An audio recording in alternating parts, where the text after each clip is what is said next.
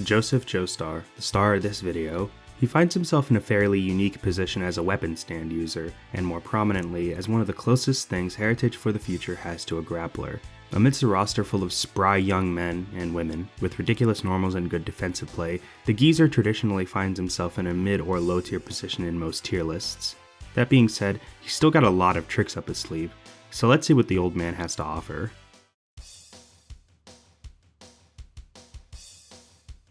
Joseph, old Joseph as the community usually calls him to distinguish from another character on the roster, is a character with lots of unique strengths that tie together a fairly unremarkable game plan. Like I said, he sort of qualifies as the grappler of the game, but even in the realm of this very broad archetypal description, he stands out as a character with lots of different wacky moves. You better be one creative bastard if you're looking to pick him up, because you're going to need ingenuity on par with Joseph Joestar himself if you want to make him work. Let's start, as usual, with the very basics. Old Joseph is a weapon stand character, using Hermit Purple to attack from a distance. Refer to these videos if you're not familiar with stand types in Heritage. He has custom combos, and going into stand on through pressing S will make him immune to chip damage and getting knocked down. Already, Joseph is kinda promising when we look at some universal stats. Joseph has the second highest defensive value in the game, right behind Hole, Hoingo, and Standoff Devo, who all tie for first. And the nice thing about old Joseph is that unlike a lot of other active and weapon stands, his defense does not go down when in stand-on mode. He may be old, but it'll take a lot to make him croak, which isn't saying much in this game, but it's something, I guess. He also has a medium stand gauge, which is nice. Joseph's buttons are generally solid, on the ground and especially in the air. 5A is your jab. It's 4-frame startup, not the fastest, but by no means slow, and you can link it into 5B for a decent combo. The real big issue is that a fair amount of characters crouch under it, a problem that plagues some of his other standing normals. 2A is 5-frame startup, but doesn't have that issue and also confirms in the combos. Doesn't hit low though, which is kind of a bummer. Speaking of 5B, this is another very good normal. It has pretty solid range and you can hit confirm it into custom combos. It can be crouched by some characters though, and it has noticeably high recovery, so just be careful when throwing it out. On the plus side, it can also be cancelled on whiff, so you can throw out a sneaky 236A to clip people who are trying to walk back. 5C is another long-ranged poke that's cancelable. Joseph moves forward a decent amount when performing this move, increasing its range even more, and the hitbox is very good. 2B and 2C are both quite strong. 2B sports very short range, but also fast startup. It's actually faster than 2A and also recovers fairly fast, which gives it the utility of whiffing in neutral to build meter. 2C on the other hand has a godlike hitbox, making it a great poke and counter poke. Generally, most of Joseph's standoff ground normals see use as whiff punishes or counter pokes, fitting for his defensive playstyle. Doesn't mean they all do that though. 3B and 3C are both slides. 3B is unsafe on hit, which kinda sucks, but it is special cancelable to make up for it. 3C knocks down and travels very far. It's a good meaty to use on knockdown and leads to pretty strong Oki, but I'll get to that later.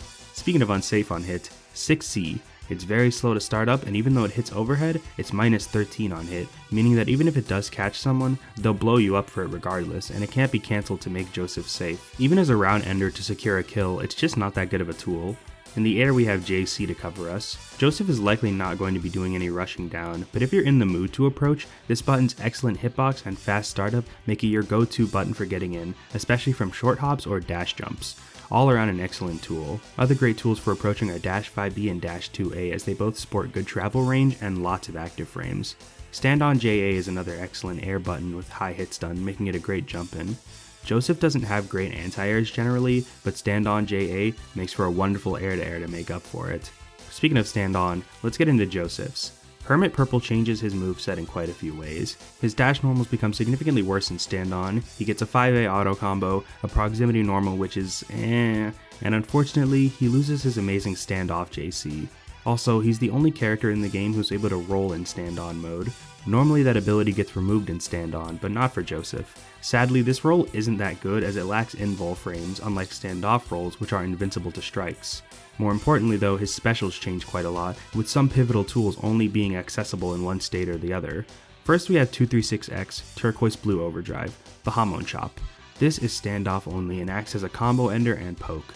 The A and B versions are pretty fast and have good range. It's generally solid, but the one big problem is that it's death on push block. Minus 26 if PB'd. That's insane, and pretty much guarantees a punish for the opponent, so be careful using this outside of combos. If your opponent has the chance to push block it, you're gonna suffer. 236C has significantly longer startup, but it's also plus on block and push block, and it knocks down on hits. You probably won't be using this much as the very long startup makes it pretty easy to punish on reaction. With Hermit Purple out, 236X becomes Hermit's Web, a hit grab with very long range. A hit grab is essentially a throw that can be blocked, so of course it's not going to do much as a mix-up tool like a regular throw would. Instead, Stand 236X acts mainly as a combo extender. Once the opponent is ensnared, you can tap any attack button to do some negligible damage, but you can also pull the opponent towards you. Yoink! This pull's advantage on hit depends on distance, and if the opponent is far enough before getting snagged, you can combo out of it. This finds use not only in general B&Bs, but also in its custom combos for some juicy extensions. Definitely a bit more useful than tapping the button a bunch for a whole 16 damage. 623X is actually fairly similar between both stand on and stand off. It's a command overhead, pretty slow startup, but you can use it to crack some domes. The stand on version notably does a lot of stand gauge damage, but stand off knocks down. The stand-on version can also be cancelled during the animation into 236X. Generally, you'll see this being used as a last-minute option for mix if you need to kill. 214X is another move that changes based on your state. Unfortunately, neither version is that great. Standoff 214X will counter any strike and deal pretty meager damage in return. Like with any counter, how good it is primarily depends on the risk versus reward, and this is a game where one mistake can cost you an entire round in some cases. Knowing that, you'd hope for more than 23 damage at max on Pet Shop, the lowest defense character in the game. It's actually pathetic, especially when you compare it to other similar strike counters, like say Rubber Soul 214S. Rubber's has 2 frame startup compared to Joseph's 6, and Rubber can combo it into Super for very respectable damage. However, there is one little piece of tech that can make it a little better, the counter install bug. By quickly performing 236S, which is Joseph's stand activation attack, and then cancelling it into stand on 623X, Joseph's counter will become cancelable into stand on 236X. This allows him to land a full combo off of his counter, significantly increasing the threat that it can pose. The problem is that the install only lasts for one use of 214X. After landing it, you have to perform the install again, which is pretty inconvenient, but it does make the reward on the counter much better. The stand-on version of Joseph's 214X cuts the initial parry and only performs the successful counterattack. It's okay as an anti-air or combo ender, but there are better options. Joseph's supers are pretty meh. You got 236AA, a tiny little uppercut that deals good damage, but it's pretty hard to combo into due to the very minuscule hitbox. Useful as an anti-air thanks to its invincibility, but you're also giving up a bar of meter for it. 720X is a double 360 input, so be ready to churn that butter. Does good damage, but it's short range, and the input gets in the way of its practicality. They're also both overshadowed by custom combo. Speaking of 360s, it's time to talk about Joseph's most defining tool, Energy Tempest.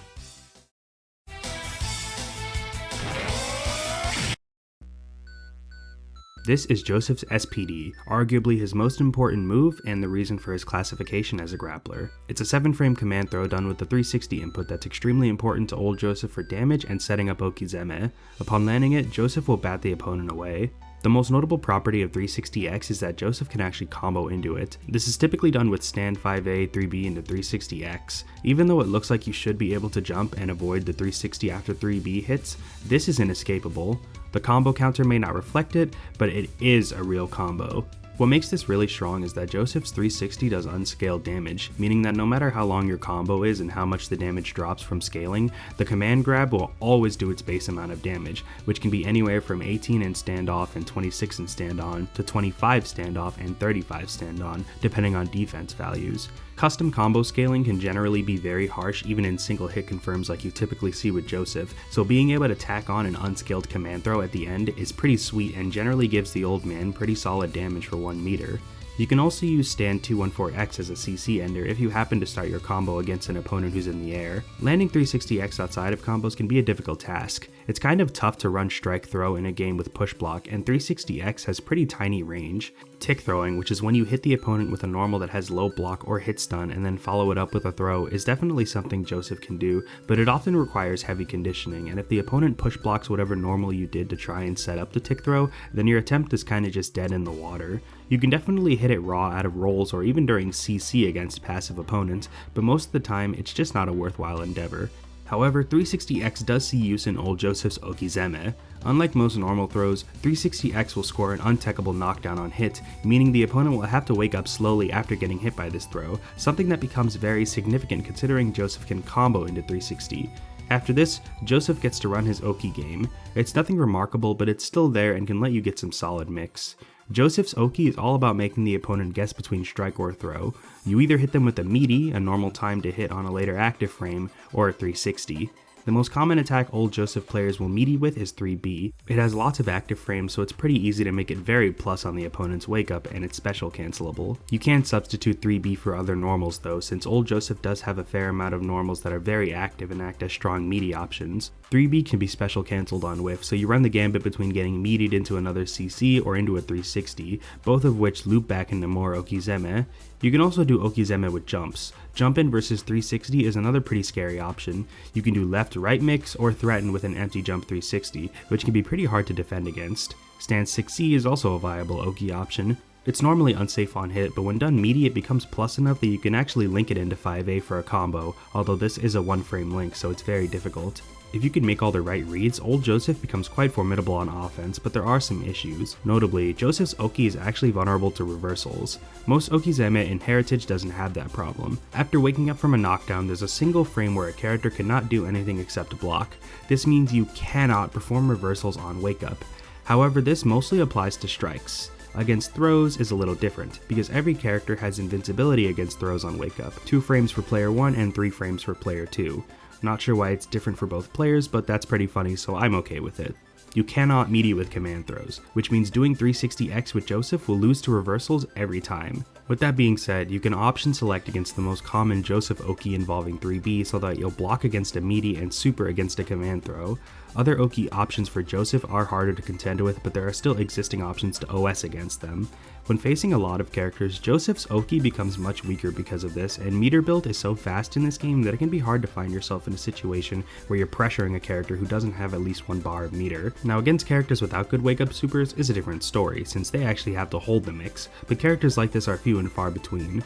Running Joseph Okizeme can be a dangerous game for the guy. Even beyond the potential of getting OS'd and eating a super, you always have to remember that like with any grappler, if your opponent happens to guess right on a command throw and jumps, there's a likely chance that you'll eat a punish. 17 frames of recovery for a missed command throw is pretty tame, especially compared to newer games where grappler command throws tend to sometimes have double that, but even if Old Joseph manages to avoid the punish, it's still resetting the situation and returning back to neutral. This is a pretty standout problem in a game where some characters tend to have true 50-50s or even unblockables on Oki that lead to death. The flaws in his Okizeme aren't the only thing holding him back, unfortunately. A big problem for Joseph is mobility. It's bad. Real bad.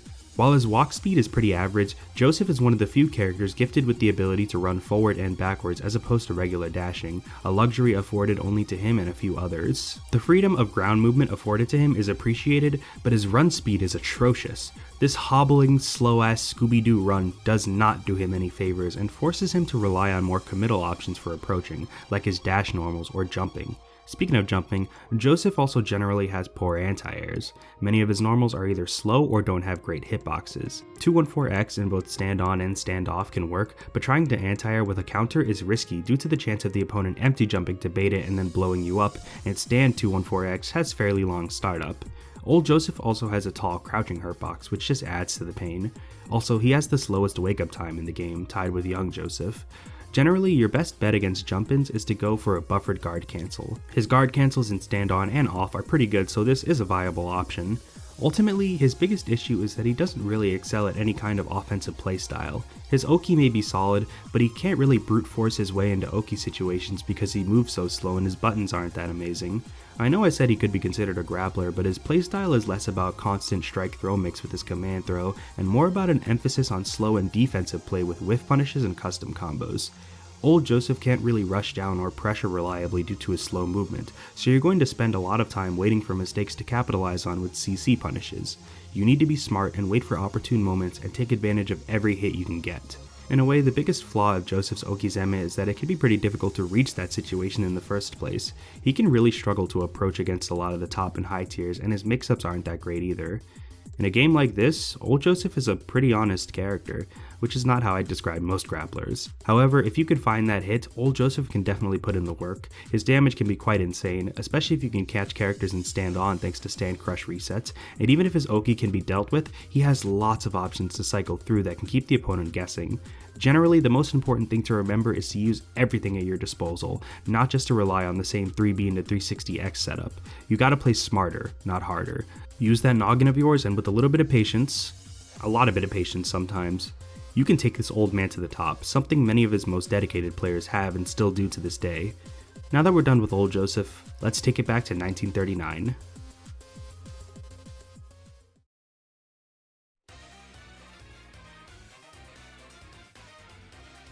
Joseph Joestar, this time based on his appearance in Part 2 of JoJo Battle Tendency. This is the only character in the game not to hail from Stardust Crusaders, taking advantage of what was honestly a massive missed opportunity in the story. He's the child mode for old Joseph, but was also a secret playable character in JoJo's Venture and returns in Heritage with an updated look. He is known as Proud Lineage Joseph, or just JoJo in the English version, which is very confusing because there are 2 other characters who could be given that name in the roster, technically 4 if you want to get super semantic and count Dio and Shadow Dio. Anyway, the community commonly refers to him as Young Joseph, or Youngsif, or Yojo, any variation on that. Right off the bat, we can see that both Josephs have their share of similarities, as you'd expect. Similar normals to old Joseph's standoff buttons and a shared special or two, however the two are also very different in many ways. It's kind of funny, whereas old Joseph is comparable to a grappler with his command throw focused game plan and very slow movement, young Joseph has better mobilities and some tools that put him somewhere in the middle between rushdown and zoner, depending on how you feel like playing. He's considered a passive stand character, but it would be more accurate to say he has no stand, and because of this, his S moves and specials all involve Hamon techniques and weapons that he used in Battle Tendency. Like I said, his normals are very similar to old Joseph's, but they primarily differ in terms of damage. Young Joseph's normals do very slightly more damage than his old counterpart, and the Hamon chop does too. The numbers may not seem that impressive, but honestly it can add up in a big way. Both Josephs can do the same combo of JC into 2A 5B 236A. Against Jotaro it does 26 damage for old Joseph and 41 damage for young Joseph. Young Joseph's frame data also allows for links that old Joseph cannot do, like linking 2A into 5C, which gives him pretty impressive meterless damage. You'll find most of his normals have the same utility as his old variant, 2A and 5A as combo starters, 2B to build meter via whiffing, 5C and 2C as pokes, and JC as a goated jump-in with great priority. Unfortunately, that means his normals aren't great for anti-airs, and unlike old Joseph, his guard cancel is pretty bad. He shares turquoise blue overdrive with old Joseph, the Hamon chop. It functions thusly. 236A and B are quick pokes with fast startup and good damage as combo enders, and 236C is very slow but does way more damage. 236A and B share the same weakness to push block though, so you can very easily get blown up for doing this in block strings. 623X is young Joseph's main anti-air. You can think of this as essentially being his DP. The A version is pretty fast at 8 frames of startup, and all 3 versions have very large and disjointed hitboxes. You want to stick to the A version since it's his fastest. The higher damage of B and C really don't matter since you're only using it to get jumpers off of you, so stick to speed over damage. The rest of Joseph's tools revolve largely around projectiles, mostly involving one of his most memorable techniques, the clacker volley. In addition to having some clacker based specials, Joseph's clackers also take up his S button since he doesn't have a stand to attack with. Despite being normals, Joseph's S moves are considered specials, so you can special cancel his other normals into them. 5S is good as an alternative to ending combos, doing slightly less damage than 236A, but also hitting characters with very low hurt boxes when crouching. 6S, despite looking like a primo anti-air, also has slower startup and a worse hitbox than 623A, with the only real advantage being that it's a single button press versus a DP input. 2S is a sweep, something that he appreciates since unlike 3C, 2S doesn't move him forward. JS acts as a very annoying multi-hit jump-in which you can cancel out of his air normals, and 66S moves forward and has fast startup along with being pretty safe on block. 66S and 5S also chew through stand gauge on hits, so keep that in mind. 236S is a Rekka, similar to Chaka's. The 236S starter is far moving, but 12 frame startup doesn't make it the most appealing neutral option, especially compared to 66S. From that you have a second hit that never changes, followed by 3 potential enders. 2S and 6S, a low end and overhead, neither of which combo off the first 2 part of the Rekka, and both of which are very slow, and 5S, a mid-hitting combo ender. 5S is usually the way you want to go, especially when using the Rekka in combos, but the problem is the issue of the 5S Ender being punishable on hit. If you perform the full sequence with the 5S Ender, you'll notice that it concludes with a low-angled launch. This launch is techable, which means you can recover from the 5S Ender before Joseph does and punish him, sometimes with just raw super or tandem, but some characters can flat out get a full combo. This problem can be avoided if you know what to do. Performing a combo of at least 2 hits before a Rekka sequence will transform the launcher into a hard knockdown. So remember, do not do single hit confirms into 236S, it'll only get you killed. Stick to 236A or B in those situations. If you do end up making this mistake, try to do the 6S Ender instead. It won't combo, but it's hard to punish and you might catch people off guard with the overhead. Also, this is only a factor for passive stands or standoff active and weapon stands, as the full Rekka stand crashes stand-on characters. The hard knockdown is nice as it lets him set up Oki, so it's not bad, but you do have to be wary of the punishable on hit problem. Young Joseph's solid approach thanks to his JC and his clacker normals plus his decent run speed can let him do some rushdown, and his baby combos do respectable damage for a passive stand, but if you want, you can play him sort of like a zoner thanks to his projectiles. 63214X is a crossbow, with the properties changing greatly based on the button used to launch it. The A version will launch a small cannonball forward, and B launches a much bigger one. Both have the same startup, but B is preferable due to the size. C is maybe the most unique projectile in the game. The wiki lists it as having 156 frame startup, which sounds absurd, but that's mostly because it's not a forward traveling projectile. Instead, Joseph will fire the crossbow behind him, and the cannonball will travel around the stage and hit the opponent in the back. This backshotting projectile can be crouched by many characters, which sucks, but it also gives Joseph pretty nice extensions, and it's a good tool to have in neutral to control space and give your opponent something to worry about. The more notable and irritating projectile in Joseph's arsenal are the clacker boomerangs. These are a fun tool that can make Joseph extremely annoying to fight when he gets them out. The startup is very slow, which can make it difficult to throw out clackers. Sometimes it'll feel like you can never get the chance to toss him out, and other times this happens. The major threat posed by clacker boomerang is that, well, it acts like a boomerang.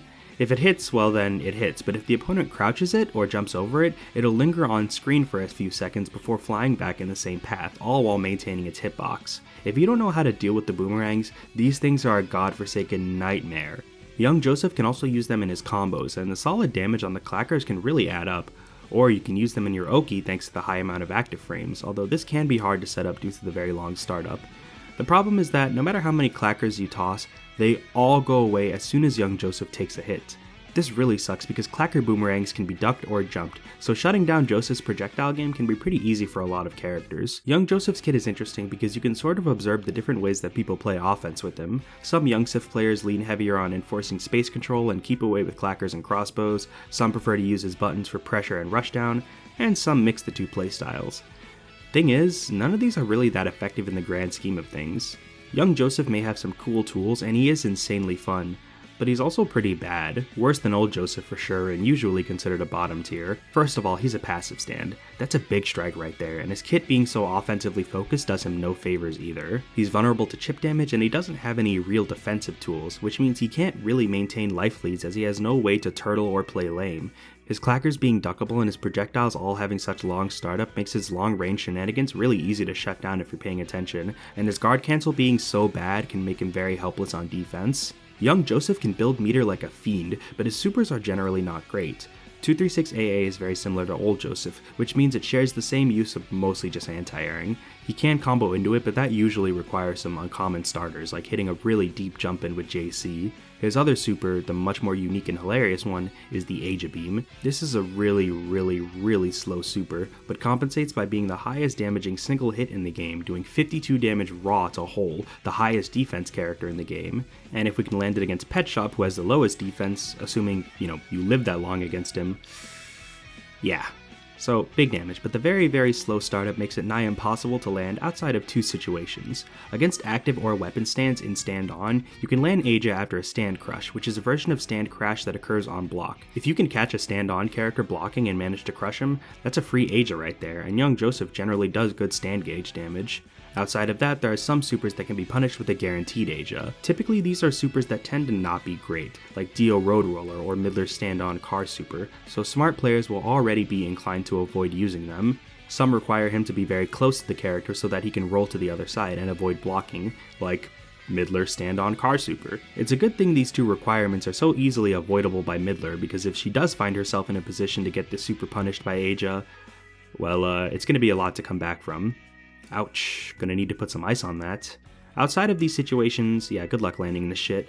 Aja is beyond reactable, and even though it's unblockable, most characters can crouch it, and you can also just roll or jump over it. You're just asking to get punished. Be prepared to sit on lots of meter with young Joseph. His supers are just so situational, and a player who knows what they're doing won't constantly put themselves in situations to get hit by them. Both young and old Joseph share many of the same flaws: mediocre and sluggish normals, bad pressure and limited mix, weakness to push blocking, and just defensive play in general, and few ways to enforce any kind of strong offensive presence. The major difference between them and why old Sif is better is, well, weapon stand. He has custom combos for stronger hit confirms and better damage, which also gives him more consistent Okizeme and better reward overall for landing hits, as well as immunity to chip damage and knockdowns. Neither of them are great though, but as I said, they're incredibly cool characters with very unique and unconventional tools. It's a shame that both versions of Joseph Joestar in this game ended up being kind of ass, but they are very fun, and even if playing them can feel like an uphill battle, the reward of winning with such honest tools can certainly make the suffering pay off. I'm definitely happy to have broadened my perspective and learned more about the characters, especially old Joseph. They're both very sick. As always, I'll be leaving links for the players whose replays were used. Shoutouts are definitely due for all Joseph players, young or old, and a particularly big shoutout for the Rattler and Plastic Wrap for directly offering help and explanations. I greatly appreciate it. Anyway, that's all for now. Thanks for watching, have a great night, and take care. Hey guys, this is the part of the video where I thank all my YouTube channel members. Thank you to Old Man Han, Triangle God, Cammy the Killer, Jazba, Mortis, Isaac the Collector, Arg Seals, Wormy, and Terry Hints. I'm still working on that new incentive that I mentioned at the end of last video. Taking a bit longer to set up than I thought because I've been a little busy, but thank you guys for the support. I greatly appreciate it. You're all amazing and beautiful, and I love you. Thank you for watching the video, and have a great night.